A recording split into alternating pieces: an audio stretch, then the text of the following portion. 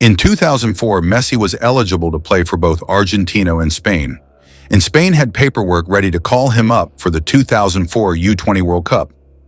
But a last-minute friendly against Paraguay secured Messi for Argentina forever. Here's the shocking truth. If Spain had won that race, they wouldn't have just added another superstar to their squad.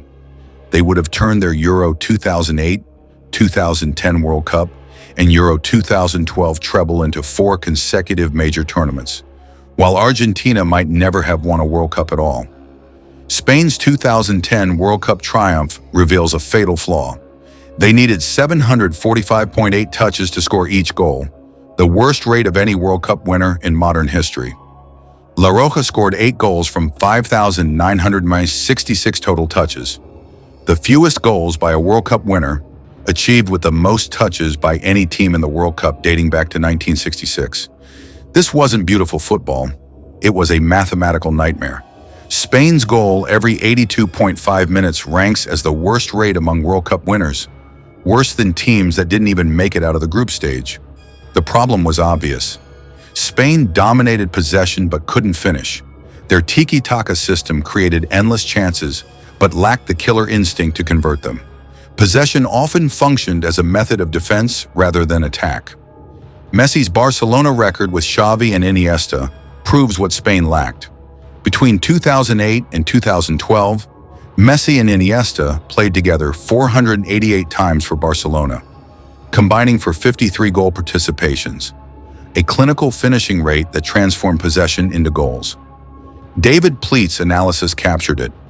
In the end, the midfield artistry of Iniesta and Xavi, helped by Lionel Messi, was the critical factor. That same chemistry, Messi receiving perfectly weighted passes from Xavi and Iniesta, would have solved Spain's conversion crisis instantly. Instead of needing 745 touches per goal, Spain would have converted their possession dominance into tournament victories. With Messi in a Spain shirt, their 2010 system wouldn't have been a mathematical nightmare. It would have been unstoppable. Without Messi, Argentina's 2014 World Cup final appearance becomes impossible. Messi scored the winning goal against Bosnia-Herzegovina, the last-minute winner against Iran, and 2 goals against Nigeria in a 3-2 victory. Without those 4 goals, Argentina doesn't escape the group stage. Against Switzerland, he broke free in the 118th minute and provided the assist to Angel Di Maria's strike that sealed passage to the quarterfinals. The mathematics are brutal. Mascherano was Argentina's second-best performer in 2014, but one defender cannot carry a team past the group stage without a world-class forward. The 2018 squad without Messi collapses entirely. Argentina reached the round of 16 with Messi contributing 1 goal across 5 games, his worst World Cup performance. Without him, they fail to advance from their group. The 2022 World Cup victory becomes impossible. Argentina defeated France in a penalty shootout after a 3-3 draw, with Messi scoring twice in the tournament and providing the crucial assist in the final. Remove Messi from that squad, and Argentina's golden generation of Higuaín, Agüero, and Di Maria never reaches a final. Argentina's World Cup winning managers are Cesar Luis Menotti, 1978, Carlos Bilardo, 1986, and Lionel Scaloni, 2022. That third star never gets added to their jersey. Spain doesn't just gain a superstar, they condemn their biggest rivals to permanent mediocrity, transforming a 28-year drought into an indefinite one. So Spain had everything ready to call Messi up for the 2004 U20 World Cup, but those official minutes made Messi Argentine forever. Which side do you think would have dominated more? Spain's tiki-taka, with Messi converting those 745 touches per goal, or Argentina's golden generation finally getting their World Cup? Comment your answer below. Now let's see how this butterfly effect would have completely reshaped South American football. Messi's 26 El Clasico goals for Barcelona would have been wearing a Spain shirt instead. That's not just lost goals. That's a complete inversion of the most watched fixture in world football. Those weren't just statistics. They were dagger strikes that defined Barcelona's identity as a club built around their Argentine genius. Barcelona's 2009 Champions League triumph becomes impossible without Messi. Messi scored the second goal in the 2009 final against Manchester United, sealing Barcelona's historic treble. Remove that goal, and Barcelona doesn't complete their treble. The foundation of their modern dynasty crumbles. Barcelona and Real Madrid won 6 Champions League titles in 9 seasons between 2014 and 2018, but without Messi's 2009 breakthrough, Barcelona's. European dominance never begins. The club consequences cascade further. Messi scored 120 Champions League goals for Barcelona and 672 total goals for the club. Those numbers represent the attacking foundation of Barcelona's philosophy for 15 years. Without Messi, Real Madrid's European supremacy goes unchallenged. Instead of the Messi-Ronaldo rivalry that defined a generation, Ronaldo faces a Barcelona team that never develops the clinical edge to compete for European titles. The result? Ronaldo potentially wins more Champions League titles, more Ballon d'Ors, and cements himself as the undisputed greatest of his era without Messi's Barcelona constantly pushing him to new heights. The butterfly effect doesn't just reshape international football, it rewrites club football's entire hierarchy. France leads the FIFA rankings with Spain ranked second at 1,876.40 points, but the tactical DNA that decision created runs deeper than any ranking system. Modern Spain under Luis Enrique integrates direct play and rapid transitions while retaining possession principles. An evolution that stemmed directly from their possession-heavy foundation, built without Messi's clinical finishing edge. Spain's current philosophy emphasizes short passing, constant movement, and possession maintenance through quick, precise passes and collective movement without the ball. This isn't just tiki-taka anymore. It's the refined system that would have been perfected 15 years earlier if Messi had converted those possession sequences into clinical finishes from 2004 onward. The current Spanish squad features young talents like Pedri, Gavi, and Lamine Yamal, who combine classic tiki-taka principles with modern flexibility. Players who learn from a system that evolved precisely because it lacked Messi's conversion rate. Meanwhile, Argentina sits third in the FIFA rankings with 1,874.81 points, maintaining their status despite slipping from the top spot. But in the alternate timeline where Spain won that 2004 race, they never reached that summit at all. The tactical revolution Spain pioneered with tiki-taka becomes unstoppable with Messi's finishing, creating a template that reshapes international football a generation earlier. Instead of Spain's brief golden era, from 2008 to 2012, sustained dominance emerges.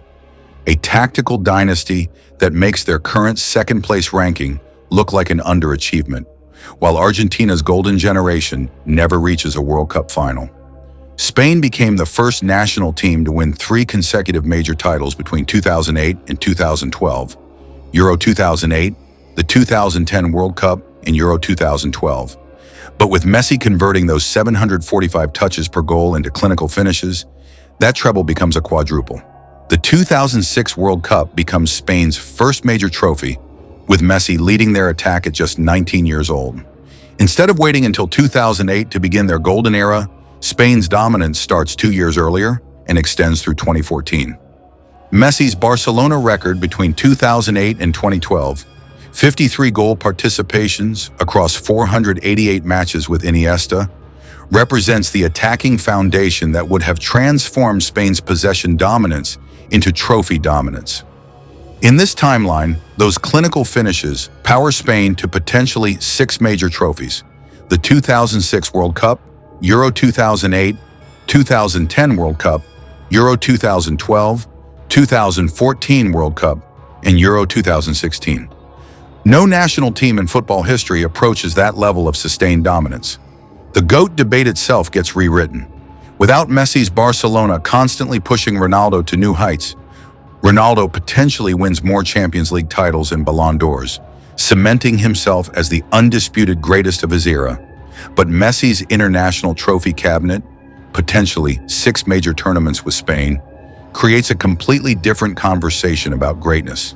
Instead of the Messi-Ronaldo rivalry defining a generation, we get Messi's Spain dynasty versus Ronaldo's club dominance. The ripple effects extend far beyond individual accolades and reshape football's entire ecosystem. Picture this. In a world where Messi wears Spain's red shirt, the global football landscape transforms completely. Spain's tiki-taka philosophy, already revolutionary, becomes the dominant tactical blueprint worldwide as coaches witness its clinical perfection with Messi's finishing touch. Youth academies across Europe restructure their development programs to emulate this Spanish model, creating a generation of technically gifted players who prioritize possession and patient build-up play. Argentina's football culture undergoes a seismic shift without their greatest ever player. The passionate, individualistic style that defines Argentine football, the Gambetta spirit that flows through their DNA, never finds its perfect embodiment. Instead of inspiring countless young players across South America to dream of World Cup glory, Argentina's story becomes one of perpetual heartbreak. The psychological impact reverberates through decades. A nation that produced Maradona but couldn't capitalize on their next genius, watching helplessly as he conquered the world in different colors. Meanwhile, Barcelona's identity crisis runs deeper than missing goals and trophies. The club that built its modern philosophy around Messi's unique abilities never develops the tactical sophistication that defined the Guardiola era. Without Messi's gravitational pull creating space for teammates, without his ability to turn possession into penetration, Barcelona remains a possession-heavy team that struggles to break down organized defenses, much like Spain did in 2010. Real Madrid's Galactico approach becomes the template for success, with direct, athletic football proving more effective than intricate passing patterns. The butterfly effect doesn't just reshape football history, it creates an entirely different version of greatness itself, where international success trumps individual brilliance, where Spain becomes the greatest national team in the sport's history, and where the very definition of tactical evolution gets rewritten. In this alternate timeline, the 2004 decision doesn't just determine Messi's nationality, it fundamentally alters the trajectory of world football, creating a Spanish dynasty that would have redefined what dominance means and left Argentina's golden generation as a cautionary tale of what might have been. Subscribe for more football alternate histories and watch our Ronaldo to Barcelona What If Next.